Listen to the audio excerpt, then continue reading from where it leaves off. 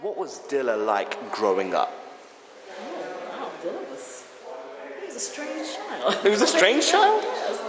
All he liked to do was spin records. He didn't like Really? the trucks or the cars or Legos. No toys.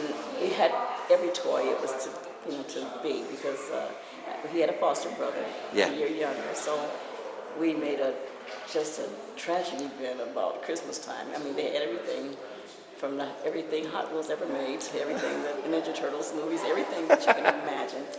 And outside of maybe him watching a Ninja Turtle movie, he was totally into music.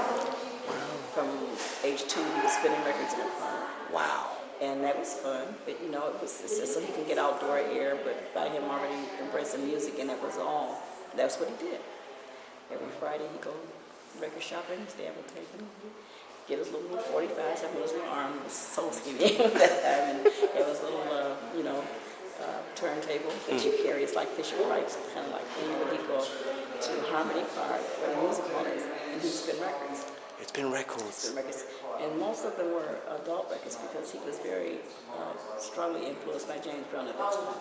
So they, we all like the whole Did he ever dance like James Brown? Oh, he could dance. Really? Oh my God. I don't have any footage, but it was incredible. He was like a double jointed person, like he had no bones. He could dance and he could break dance incredibly, and the way they call it jit. He could jit on his knees. So whenever it was like a dance competition and it was like head with a group, he would go to the jit on the knees, and he could jit on his knees, and everything was over. Frank and Dane could tell it best because they were his two dance partners. Wow. So he was incredibly gifted to dance. Wow. What is your most memorable memory of him? Jeez. I remember everything. But I think I really do because we were always like extremely close, like best buddy kind of. The kind that they say you shouldn't be if you're a parent and you want a parent. Yeah. But my husband and I had decided early on before we had children that they could be the individual they chose to be. If we didn't like something they wanted to be, we discussed it, but that we would never take that away because we knew we both love music and arts. But we knew that it was something that the arts and music embraces that everyone cannot share it. We knew that because we came from different areas of the arts and music. So we just knew that he had to be, and all our children, what they wanted to be, in order to be whole individuals. Right. So it was no problem there. Dilla embraced all music, but he loved soul music, mostly. So I think this is why James Brown was the biggest influence. As far as memories, geez, that's hard to say.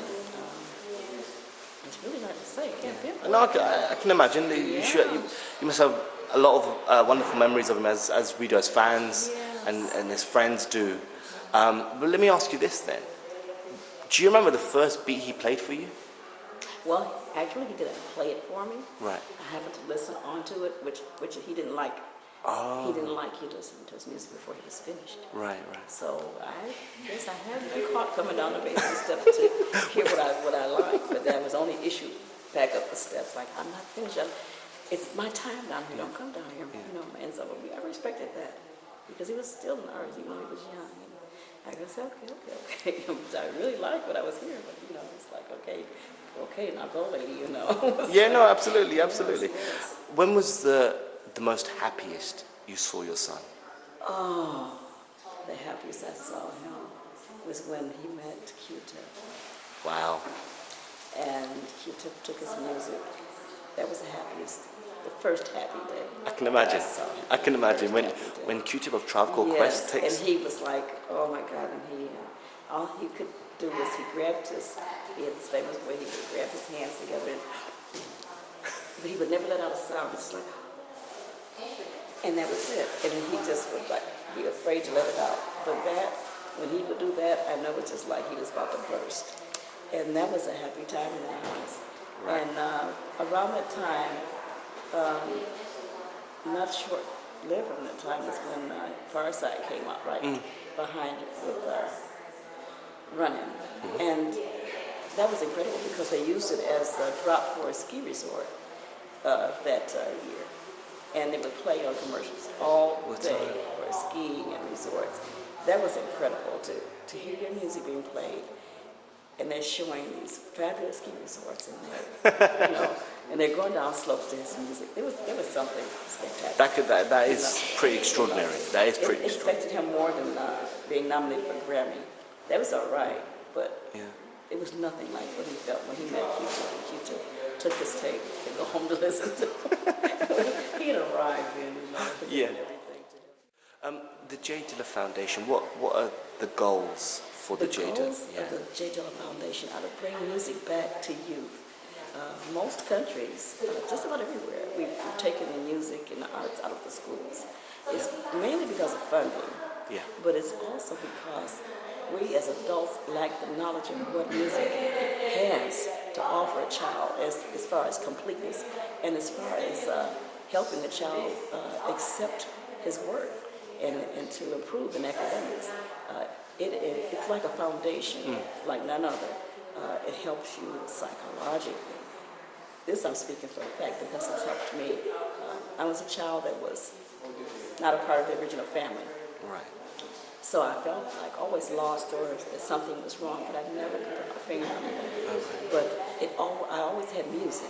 So even though I studied classic music and loved to listen to it, and no one else in the house did, this was my solace.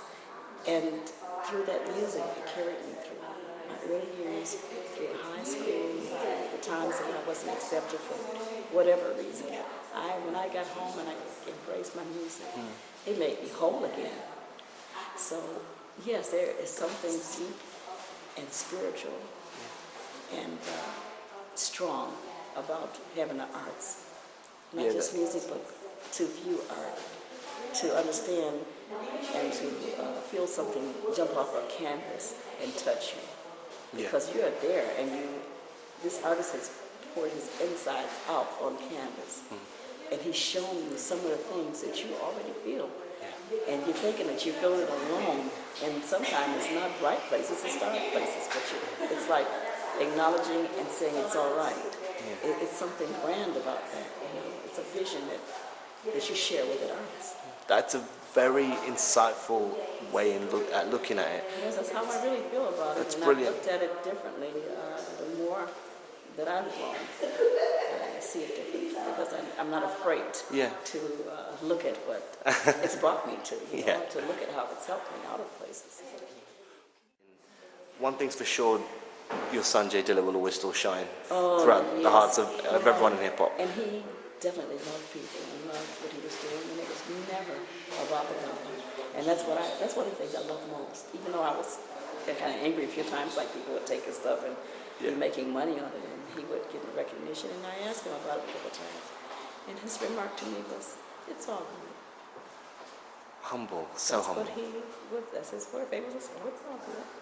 And I questioned him further than that one time, and he said, "Well, it's a time for everything." And that was to be the last comment I asked him about it because he'd be irritated if I said anything else. But it's a time for everything. There is a time. Sometimes we're not ready as humans to hear or to know we don't want to be reminded where we are. Yeah. But it's a time that we will have to reckon and come face to face with something we have to acknowledge. And we never know when the time's coming.